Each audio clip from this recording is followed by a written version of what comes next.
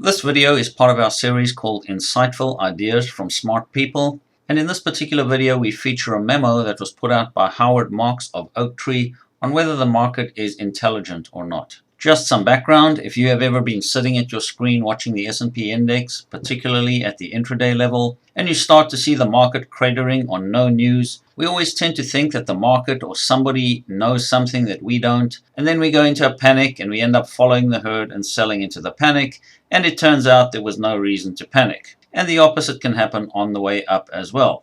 And so Howard Marks explains why it is not logical for an active investor to attribute any intelligence to the market. There is a tendency to think that the market must know something, but Howard Marks argues otherwise. So this video lays out his argument.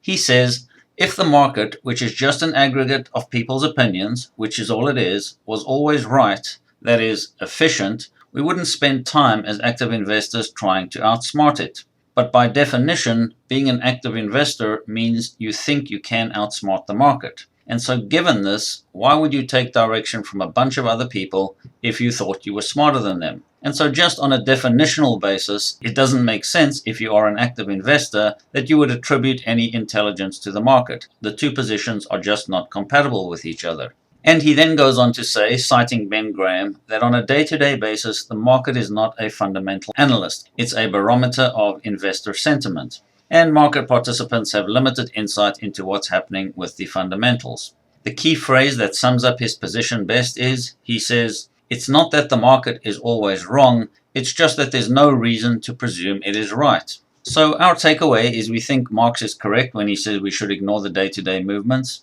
Further, we think that if you don't have a rules-based system for determining how to invest in the market, you will always be floating in the wind of other people's sentiment. Some of the best times to buy and sell have been at sentiment extremes where fear and greed take over, but it requires a fundamental system which has the discipline to ignore market emotions.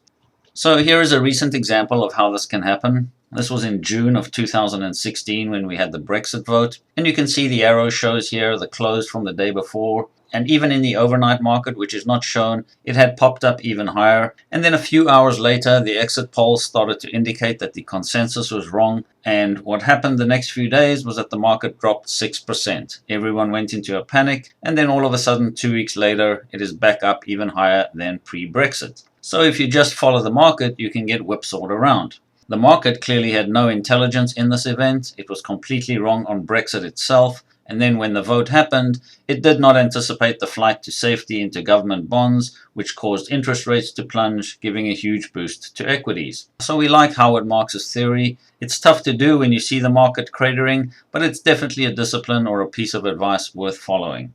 Thank you.